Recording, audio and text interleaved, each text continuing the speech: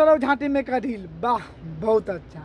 कि धोला ढोरी कोको कोला से, अरे भैया भोसरी वाला काय हो, कोको कोला से का है। हम तो कहते भौजी के ढोरी में मुत के और भौजी के ढोरी धो के चाटला बड़ी मजा है। का हाल बा, आज हम फिर से बात कर ले बानी भोजपुरी गाना के, और भोजपुरी गाना के बारे में बात कर ले। तो भाई लोग आज के वीडियो बहुत खास बा, ऐसे कहता नहीं कि वीडियो के जल्दी से के लास्ट तक देखबा तबे मजा आई। तो वीडियो बनाने के बस एक ही मकसद रहेला आप सभी को दिल से हंसाने के लिए, ना किसी को दिल को ठेस पहुंचाने के लिए। तब बिना कोनो लारा लहसुन के आज के वीडियो स्टार्ट कर।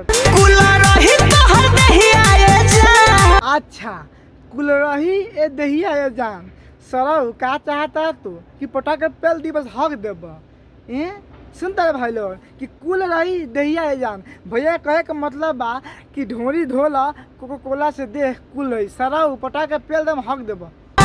धोला ढोरी कोको कोला से, पटाखे ना पेल दो कोको कोला ना, जैसे भैया कहता कि धोला ढोरी कोको कोला से, तो हमारा तो कहे का मतलब भैया कि भौजी के तू कोका कोला भौजी के गाँव में पटाखे पेल दे भौजी नु हक दे। ऐसे कि भौजी बहुते बनल बिया आ लंड से मर बता मजे ना आई। अच्छा चहल जवानी तहार गरल बा आँख में, ए भैया तो झाँट के पैर तक भौजी के पटाख के लाहे उठा के डाल दो ना कि तोर मजा आ जाओ। सार बुढ़ छुछुना मतलब कैसे कहता यार कि चहल जवानी गरल बा आँख में, तो हम क्या करी झाँट छिली। हाँ ये बात तो बिल्कुल सही कहता रहा, अब हम एग्री करता नहीं। ऐसे कि भौजी के चहल जवानी बहुते बम बा, अब भौजी के देखला के बाद में हमारा ऐसा मन करता कि एक बार हम ले ली कथी फोटो सेल्फी, लेकिन भौजी ना दी। ऐसे ना दी कि भौजी एक तक एक्टर भी है और अपन में आप में कितना लड़की घमंड कर ली सन, तो ऐसे भी कोनो लड़की जल्दी सेल्फी ना दे ली सन, लेकिन शायद ई दे दी क्या कि गाना में काम कर लिया एक्ट्रेस भी है। तो भौजी हम तासे कहल चाहता नहीं कि झाँट छिलबू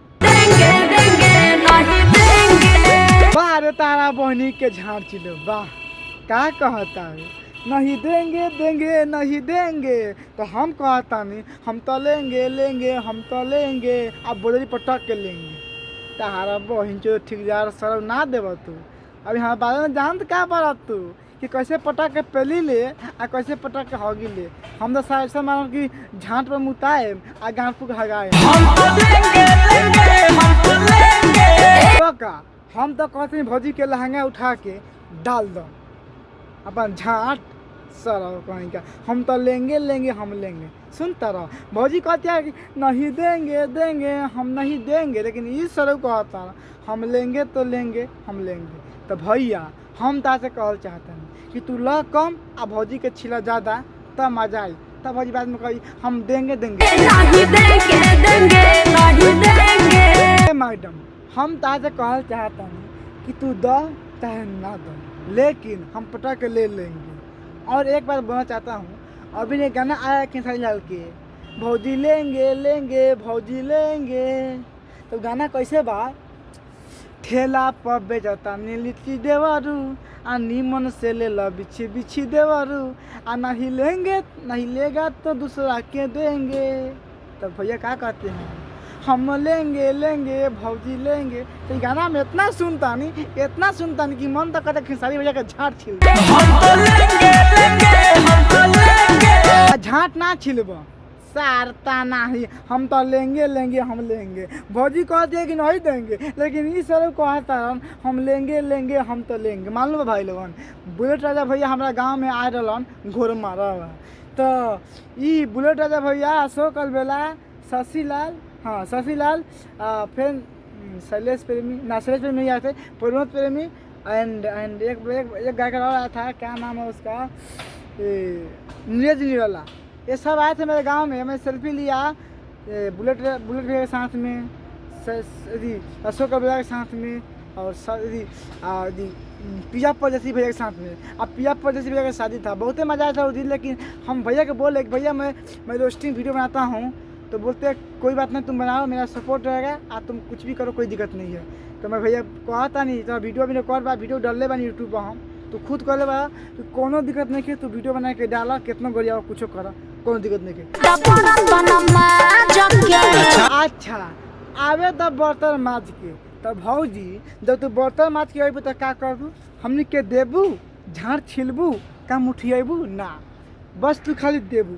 अब देबू तो बहुत कुछ दे सकता है, पैसा धन दौलत लाना लहसुन सब कुछ देता है, लेकिन हमें वो सब ना चाहिए, हमारा नीचे के चाहिए।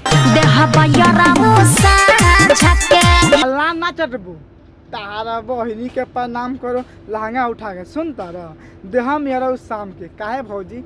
चल शाम हो गया, अभी शाम के मालूम 5 बजे वाला बा, 4:30 होके वाला बा। आओ हम रुक बहन 4 बहन चलो, अभी मत कह कि रात के दे पटा के बेल दम झाड़ छिल देम तार बहन चलो। आवे तो बर्तन माज के दे हम शाम के बहन चोद। तब तू शाम को देना ही है तो शाम को मत आना, रात में आना 12 बजे रात को, और प्यार से देना और कस के दबाऊंगा तब मजा आएगा, ठीक। तब बस भाई आज के वीडियो यहीं पर, वीडियो अच्छा लगा तो लाइक करम शेयर करम, और भाई के कमेंट करके बताना कि कैसा लगा वीडियो। तो भाई अगर वीडियो अच्छा लगल नू तो दिल दिमाग में मत ले हम देख के भूल जाम, तब बिना कोनो बकचोदी के अरे यार बस के यार, बाय बाय।